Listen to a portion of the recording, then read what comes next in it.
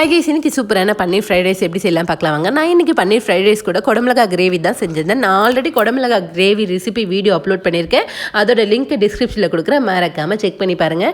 இப்போ பன்னீர் fried rice எப்படி செய்யலாம் பார்க்கலாம் வாங்க. நான் 200 கிராம் பன்னீரில் 1/2 டேபிள் ஸ்பூனுக்கு சில்லி பவுடர், தேவையான அளவுக்கு சால்ட்டை போட்டு மேரினேட் பண்ணி 5 மினிட்ஸ் ஊறட்டும்னு விட்டு 5 மினிட்ஸ் கழிச்சு ஒரு தவாவில் போட்டு ரோஸ்ட் பண்ணி எடுத்துக்கிட்டாங்க. ஒரு கடாயில் எண்ணெய் ஊற்றிட்டு 1/2 டேபிள் ஸ்பூன் அளவுக்கு சீரகம், 10 பல் பூண்டை நீட்டு வாக்கில் கட் பண்ணி ஆட் பண்ணிக்கோங்க. ஒரு வெங்காயத்தை நீட்டு வாக்கில் கட் பண்ணி ஆட் பண்ணிக்கோங்க. 2 கேரட்டை நீட்டு வாக்கில் கட் பண்ணி ஆட் பண்ணிக்கோங்க.